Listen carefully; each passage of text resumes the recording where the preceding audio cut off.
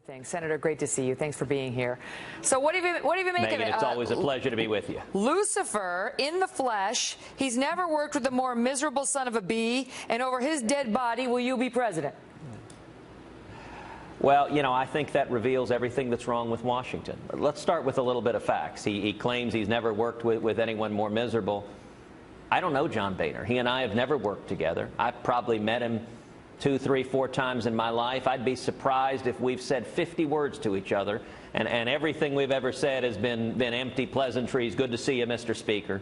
So his claim that he's never worked with anyone more unpleasant, we've never worked together. In fact, during the government shutdown, I reached out and offered for Mike Lee and me to go over and sit down with the Speaker and the Majority Leader, and the response I got was, no interest, there's no point in talking, we have nothing to say to you. So I don't know the guy, but you know what was striking, Megyn? In that same interview, Boehner reveals that he is texting and golfing buddies with Donald Trump. He thinks Donald Trump is terrific. He also praised Hillary Clinton. If you want to see what is wrong with the corruption in Washington, with the Washington establishment and the system, John Boehner and Donald Trump and Hillary Clinton, they're all part of the same problem. Well, and the reason John Boehner is so unhappy. I mean, like, they would argue that's that you bond a little, you go out on the links. I don't know what I'm talking about. Links, that's what you do. And you bond, and that's how you get deals done. Well, and there's a reason that Donald Trump gave $100,000 to John Boehner's super PAC, that he texted back and forth with the Speaker, that they're golfing and buddy.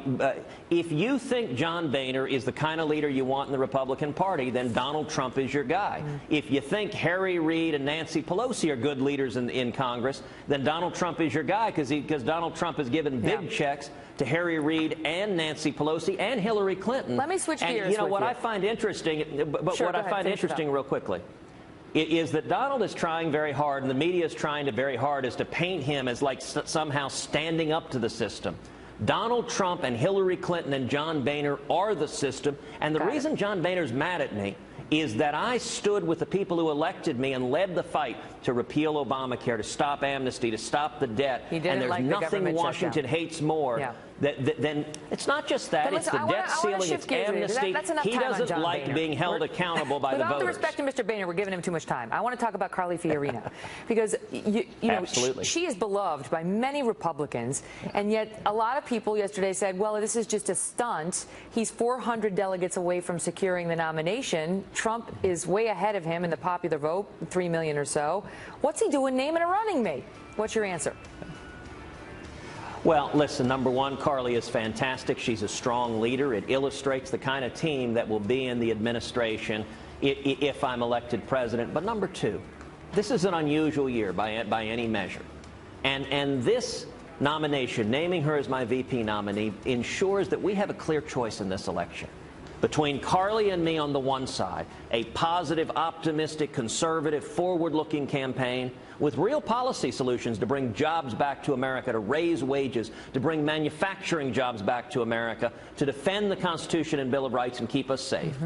Versus, on the other hand, Donald Trump and Hillary Clinton, which are flip sides of the same coin. They are both the Washington establishment. They're both the system. Donald Trump and Hillary Clinton agree on Planned Parenthood. Donald Trump and Hillary Clinton agree in many respects on Obamacare. They agree on being neutral between Israel and the Palestinians.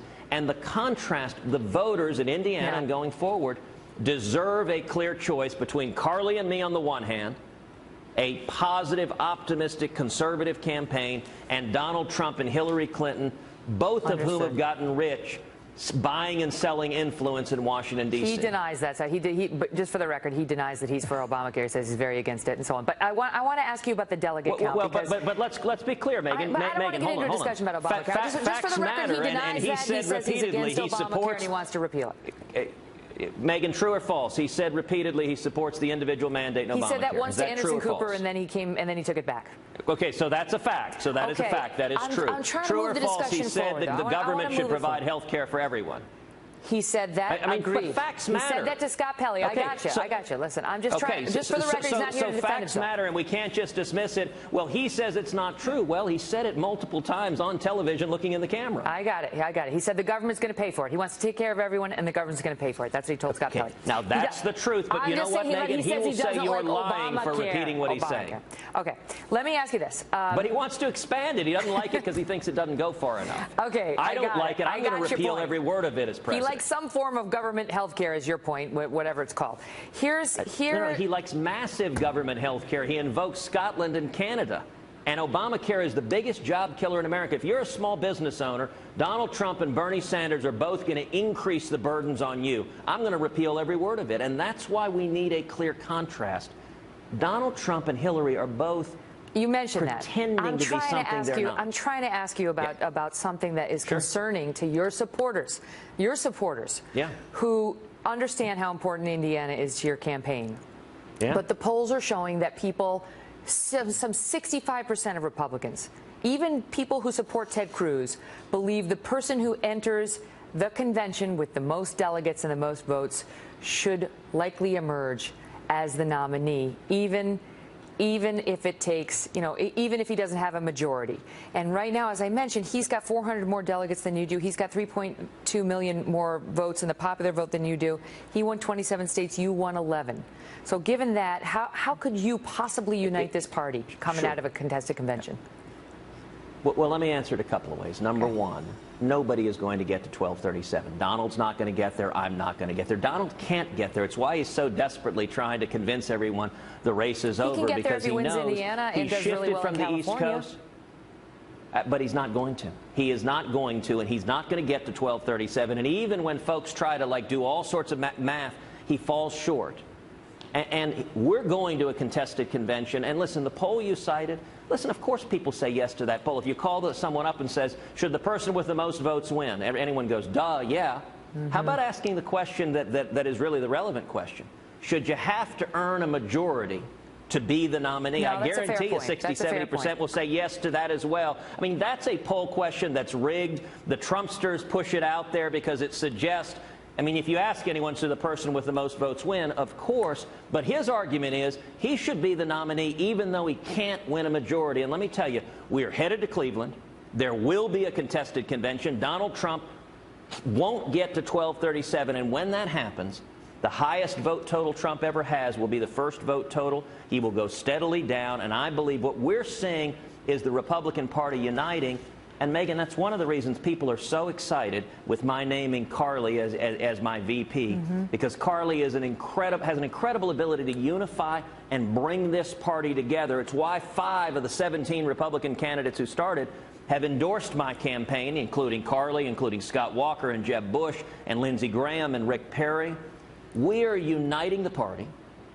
And we've got to stand for something. How can you say that? Because the critics say you're not uniting them. I mean, when they look at what happened on Tuesday, you lost 5 states. You didn't even get 25% of the vote. I know it was the Northeast. I know that wasn't a Ted Cruz tailor-made election. But your critics say Donald Trump may not be uniting them, given Never Trump and so on, but nor are you. Well, Megyn, listen, Donald won his home state, and he won several states that immediately are right next to his home state. That's terrific. He did well in the Northeast. What I can tell you is right before that, we won 5 states in a row. 5 states in a row, one after the other, from Utah to North Dakota to Wisconsin to Colorado to Wyoming. How confident are you in Indiana? I hope we will do well. We're campaigning and barnstorming, and we're working to earn the votes. Listen, I will say this. I have a great deal of confidence in the Midwestern good sense and good judgment of the Hoosier state. And the people of Indiana are deciding, do we want to nominate a campaign that is based on yelling and screaming and cursing and insults?